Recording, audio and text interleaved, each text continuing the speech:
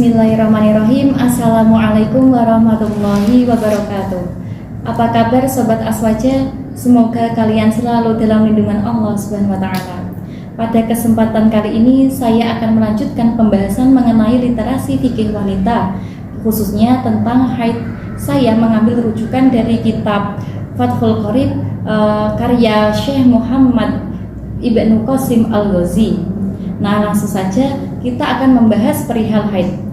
Bismillahirrahmanirrahim. Qala mu'allifu rahimahullahu ta'ala wa nafa'ana wa nafa'ani bihi wa bi ulumihi fid dharaini amin. Bismillahirrahmanirrahim. Wa yahruju minal farji salah satu tima'in. Darah yang keluar dari vaginanya seorang wanita itu ada 3 darah. Damul haidi yang pertama adalah darah haid, wan nifas yang kedua adalah darah nifas, dan wastihadati yang ketiga adalah darah istihadah. Nah, di sini saya akan membahas yang pertama dulu, yaitu mengenai darah haid. Nah, di sini apa sih darah haid itu? Di kitab Fathul Qorib akan diterangkan yaitu fal haidu huwa damul khariju fis sinil haidi wa huwa tis'un sinina fa aktsara min farjil mar'ati ala sabili sihhati min ghairi sababil wiladati.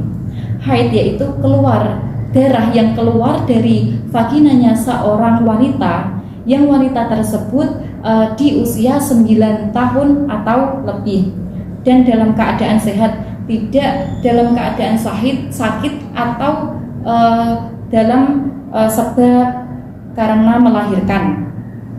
Nah, kemudian di dalam pembahasan haid ini itu darah yang keluar itu banyak macamnya. Nah, di sini diterangkan wa qauluhu wa launuhu aswatu muhtadimun laddaun. Nah, musannaf berkata warna darah haid itu hitam, kemudian terasa panas dan juga menyakitkan. Wafis sohahi, dan diterangkan juga di dalam kitab sohah, yaitu ihtadamat damu, yaitu darahnya itu terasa sangat panas. Ishtaddat humratuhu hatta swadda, dan warnanya itu sangat merah hingga kehitaman seperti terbakar. Nah, dan juga yang diterangkan dalam haid ini, diterangkan dalam kitab Fathul Qorib ini ada batas minimal, maksimal, dan juga normalnya kita mengeluarkan darah haid.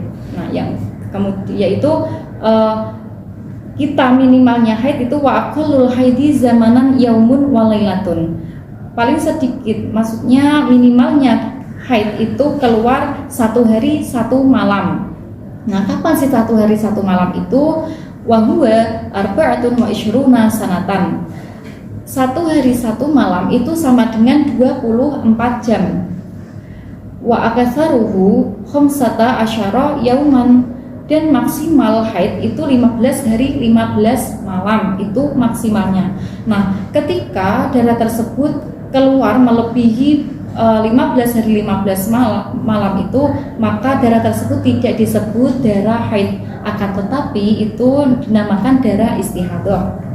Wa ghalibuhu sittun wa sab'atun, dan darah tersebut seringnya itu keluar pada normalnya 6 sampai 7 hari. Nah, itu. Nah, kok bisa tahu adanya minimal, maksimal, dan juga normalnya keluarnya darah haid? Nah, itu melalui sebuah penelitian gitu.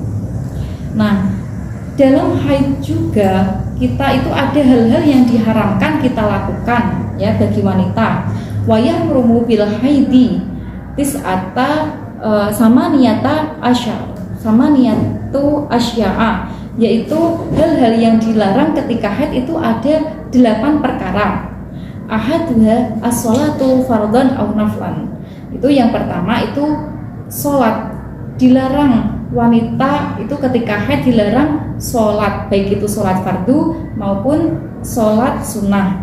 Wa kada sajdatut tilawati wa syukri, dan juga dilarang untuk melakukan sujud tilawah dan juga sujud syukur.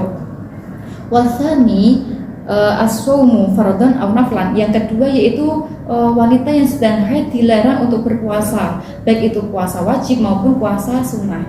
Wasalisu qiraatul Qur'ani. Yang ketiga yaitu wanita yang haid dilarang membaca Al-Qur'an.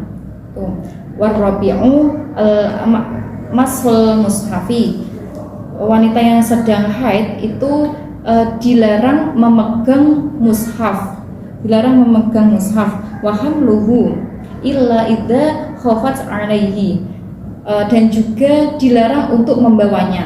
Akan tetapi jika niatnya itu untuk karena hajat, karena adanya madarat, maka diperbolehkan seperti itu. Lalu wal khamisu dukhulul masjid. Yang kelima adalah wanita yang haid itu dilarang memasuki masjid. Kenapa kok dilarang? Karena dikhawatirkan wanita tersebut akan mengotori masjid tersebut. Nah, pada zaman sekarang kan sudah canggih ya, sudah ada pembalut. Kalau zaman dahulu kan tidak adanya disumpel kain atau apa gitu. Nah, sekarang kan sudah ada pembalut, jadinya sudah aman. Akan tetapi untuk meminimalisirnya, kita itu sebaiknya tidak usah memasuki masjid, karena tadi dikarenakan dikhawatirkan akan mengotorinya. Jadi nanti dikhawatirkan juga sholatnya itu tidak sah, seperti itu. Kemudian wasadisu at-tawafu fardhan aw naflan. Yang keenam yaitu tawaf, melakukan tawaf. Dilarang melakukan tawaf bagi wanita yang sedang haid, baik itu tawaf fardu maupun sunnah. Lanjut wasabi'u al-wat'u. Yang ketujuh yaitu wati. Apa sih wati itu? Wati itu adalah bersetubuh antara laki-laki dan juga perempuan. Nah, di sini kita Fathul Qorib menerangkan ketika wanita haid melakukan persetubuhan itu disunahkan bersedekah sebanyak 1 dinar. Ketika apa? Ketika darah tersebut keluar dengan deras, masih keluar deras. Tetapi jika darahnya itu keluar sedikit-sedikit atau sudah tidak deras, maka disunahkan wanita tersebut bersedekah sebanyak 1/2 dinar. Nah, seperti itu. Kemudian ini yang terakhir, wasaminu al-istimta'u bima bainas surrati warukbati. Ya, kemudian yang ke-8 ini yang terakhir yaitu bersenang-senang antara laki-laki dan juga perempuan di antara pusar dan juga lutut. Tapi untuk selainnya itu diperbolehkan. Itu menurut dalam syarah Muhadzab. Mungkin itu saja pembahasan yang dapat saya sampaikan. Semoga bermanfaat di kalian semua. Assalamualaikum warahmatullahi wabarakatuh.